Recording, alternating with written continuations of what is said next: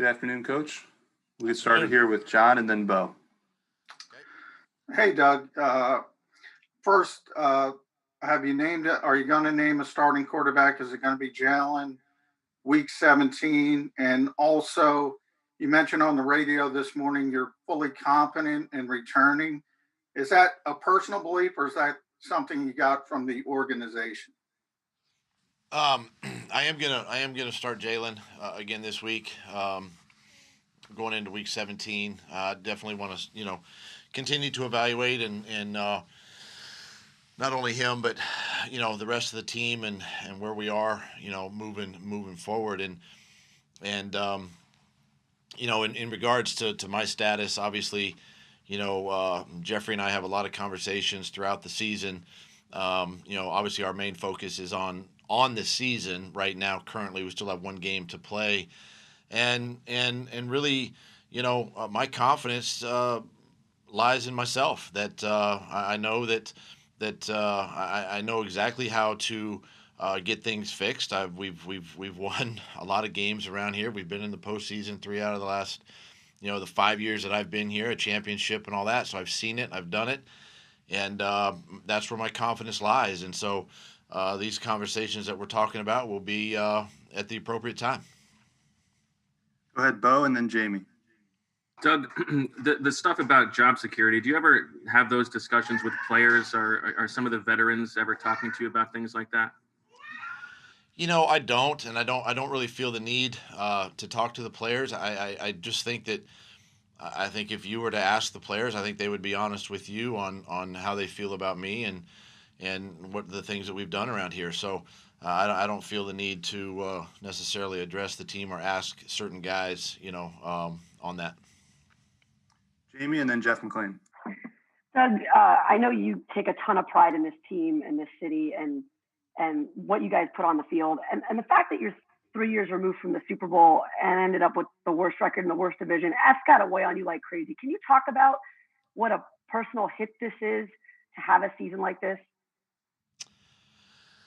Yeah, this season has been tough. For myself personally, as the head football coach here, obviously as the team, and dealing with the pandemic and just everything that's really hit us through injury and not playing well, and it's very disheartening, and I just I just sit here today and just, have to apologize to the fans and really just, this is not what we expected. It's not what I expected, back in training camp and, the early part of the season. But I know in my heart that this is a great place to play. This is a great place to coach. We do have the best fans. When we win, it's unbelievable and it's exciting, and I know we can get back to that level. Like I said earlier, I know what that looks like. I know what it takes. Me personally, I've been in 3 Super Bowls. I've been on 3 Super Bowl teams, and I've seen exactly how it can be done, and we've got to get that back. We've got some great players. We got some great young players, and they're getting valuable experience right now playing, and it's just unfortunate that we're not winning these games, and I think of yesterday's game is kind of like how our season's gone.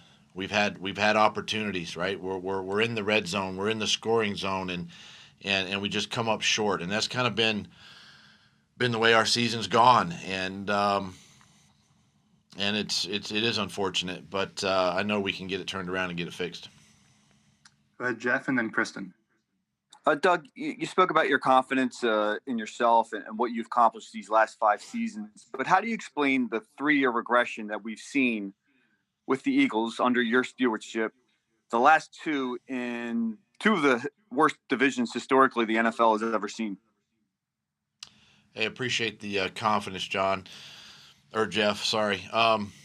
You got to look at the injuries, number one, and you got to look at the amount that's piled up on us and the amount of guys on injured reserve. That's that to me has been one of the biggest things that's affected our football team. And then so many young players, and you look at our team yesterday, and there's so many new faces out there. There's so many young players out there playing, and it's been that way the last couple of seasons, and that's the part that is the most challenging to deal with when you're dealing with the roster that way. That gets hit with the amount of injuries. I mean, you look at the offensive line. Let's just start there. You lose Brandon Brooks in the offseason, then Andre Dillard goes down. Then Lane and JP, and your entire O line. Isaac's out for 8 weeks. I mean, where are you going to find continuity? How are you going to get continuity there? And so that to me has been, I think, these last couple of seasons. And really last year, we had a chance to win. We had a chance to win that Seahawk game, that playoff game. And Carson goes down in the first quarter, and who knows what's going to happen after that. So you can't sit here and just say, hey, it's been such a demise. I mean, this has been a strange year all around. So I look at things a little bit differently. Why are you guys then one of the most injured teams the last 3 years? Football's a rough sport, man. Kristen, and then Zach.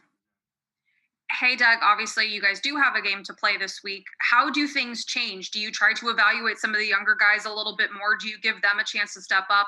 And how do you make sure that everyone stays engaged with no playoffs on the line?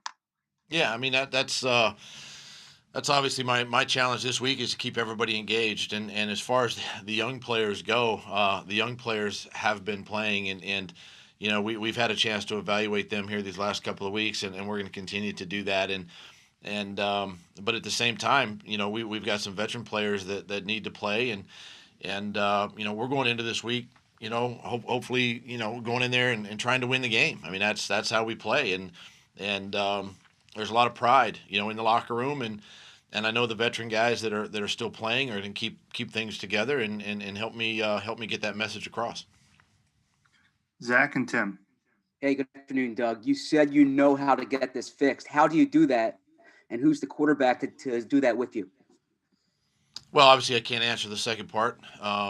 Moving forward, we don't necessarily, we're not there yet as far as answering all those questions. Things can obviously change, but we'll answer that, at a different time. I just know that we've got to get back. We've got to get back to fundamentals. We got to get back to basics. Having a missed off season, we got to get back to that. We got to get back to the teaching of the basics and the fundamentals, and having OTAs and having practice and getting back to the things that we've had success here in the past, and being smart that way, and really, leaning on our past just a little bit, and those things that have helped us win games and win a championship, and that all comes with the off season, moving forward, and we know there's going to be a lot of decisions to be made moving forward, and that's obviously at a different time, but I know that we can get back to that, get back to the fundamentals, get back to the basics, get back to kind of to who we are, start our identity in the off season, and that's where you build the foundation. Tim, and then Les. Hey, Doug, the play that Jordan Mailata suffered the head injury, did you get to see that? What'd you make of it? And how is Jordan doing? Are you sending that tape to the NFL? Yeah, I mean, we'll take a look at it. We'll send it in and see what happens. Jordan's in the protocol, so that's all I can comment on that. And as far as the hit and all that goes, I mean, listen, those are things that happen. I mean, it's you don't want to see that. Obviously, it looked like a helmet blow type play, and it's unfortunate that happened. But he's in the protocol, and we'll see where he's at each day this week. Les, and then Dave. Hi, Doug. Not to belabor yesterday, but I know you went in with the intention of running. Obviously, the first series showed that. you got down in third quarter, and it just seemed like that disappeared, even though you had a lot of time left and you weren't down that far. Was it something that Dallas did? Was it the penalties? What got you away from that plan that you went into the game with? You start out and you want to establish that run. I mean, that was the thing that we wanted to do. And the one thing that really, as the game progressed, and you really look at this second half, and it's kind of the tale of two halves again. The mistakes that were made in the passing game, mistakes that were made in the run game, the penalties, the pre-snap penalties, are all things that really cost us the opportunity to score points. Having gone back and looked at the game again today, and we had 5 or 6 drives to the inside the 50-yard line that stalled out due to those mistakes and the inability to stay on the field. And there's enough. Some of it's on the quarterback, some of it's on the offensive line, the receivers offensively, obviously, and so we all had a hand in the failure. But with these guys, it's a great learning experience. It's a lesson to be learned, I think, to how important it is that each play, as the game wears on, each play becomes that much more important. Thank you. Dave and then Nick.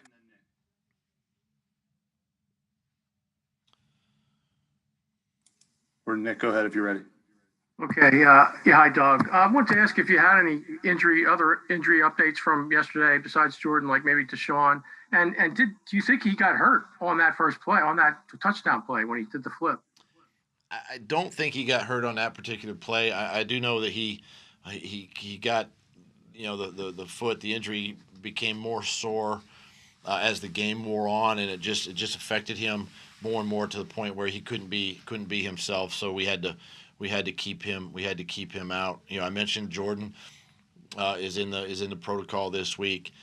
Derek Barnett from last week is pushing through his injury. It happened at the end of last week, and he's going to push through and see where he's at, come game time.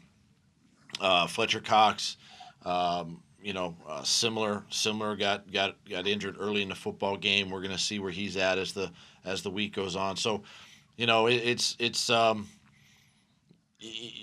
a little nicked up again. Sean Bradley is a little banged up. He's going to be more day to day this week. I'm hoping to get Davion Taylor back. I think we'll get him back this week. Duke Riley back. So we also get some guys. Richard Rodgers is doing well. So anticipate him, coming back this week. Again, we'll see where he's at, on a daily basis. But we're gonna battle through. We're gonna get these guys ready and practice and prepared for Washington. Go ahead, Dave, and then Mike.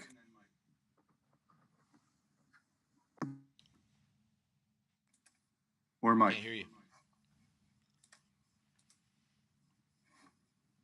Doug, hey, I'll jump Dave there. When you're evaluating this week, especially your coaching staff, and there isn't the playoffs on the line, how important is it that you're seeing that they're not just going through the motions and that they're really kind of taking this opportunity to develop the young talent and the guys around them? That's one of the things that I go all the way back to the off season when I have really kind of one of my first staff meetings with them, and I basically say, hey, listen, our jobs are based on how well our players play, and it's all about developing, our players and getting them prepared to play. So I know they take a lot of pride in that, and so that's obviously, that doesn't change, right? We have to prepare this week and still have great opportunity to go and play and compete. So I fully expect that the coaching staff is going to get their players ready and go play. Should we try Dave one more time? And then if not, Rob Mahdi's on deck. Can you hear me okay? Got you now. Okay, Yeah. great. You talked about fixing this team going forward. when you look at the roster right now as it's constructed, how many major changes do you think there need to be to do that? Are you asking based on where we currently are, or do you factor in all the injured guys as well? Well, you can factor them in, but I guess you have to take into account some of those players have been injured before, and maybe they're prone to injuries. I don't know how you. Well, listen, Dave. You know as well as I do. The roster changes every year. You know, there's going to be guys that go. There's going to be guys that come. We're going to add new draft picks. It's really hard to sit here and say that this team right now, currently factoring in all the injured players, we're going to be the same team, and that's just not the case. I mean, I think, you know, I mean, again, just use the offensive line for an example, right? I mean, you're going to have Andre Dillard and Jordan Mailata. You're going to have Isaac. You'll see where Kelsey's at. You got Brandon Brooks possibly in there as well. Lane Johnson back in there with Jack Driscoll. I mean, you look at that, and on paper you kind of go, wow, you know, you got some talented guys, and you got guys that have had young guys that have had valuable experience playing this year that are going to give you great depth, you know, moving forward. And you think about all the young secondary guys. I mean, you know, Graylin Arnold got a lot of time yesterday. Elijah Riley gets some time. These young linebackers have had time, you know. So, and then you're missing guys like Avonte Maddox and, you know, Rodney McLeod, and I mean, it's just the list goes on and on. So, yes, I would say that we have the pieces, we have the makings of a foundation of getting things back on track. It's just a matter now of let's add some new pieces to it, right? The draft picks, the free agents, and you know, have an off season, have a training camp, and develop all this, and then go play again next season. We'll wrap it up here with Rob. Hey, Doug, speaking of those draft picks and free agents and acquiring talent, how do you feel now after 5 years about your role in bringing in personnel? And is it possible, is that something that you would evaluate wanting to have more input, have more say in the talent that you guys bring in? You know, Rob, that's one of the things, you know, you get into this business, especially as a head coach, and you do it because you love being around the players and you want to teach football. And I want to be a part of the solution. I want to be a part of the evaluation process. I want to be a voice that's heard, and you know, I want to have that collaborative communication with Howie and his staff, and you know, and be a part of that process. I don't necessarily want to cross that line because of it takes you away from doing your job as a head football coach. And I like being on the football side of things as a former football player and obviously now a coach. That's where my passion lies. But yet I want to be part of the solution, right? I want to help evaluate and help bring guys in here that can help us win. Thanks, Coach. Thank you, guys.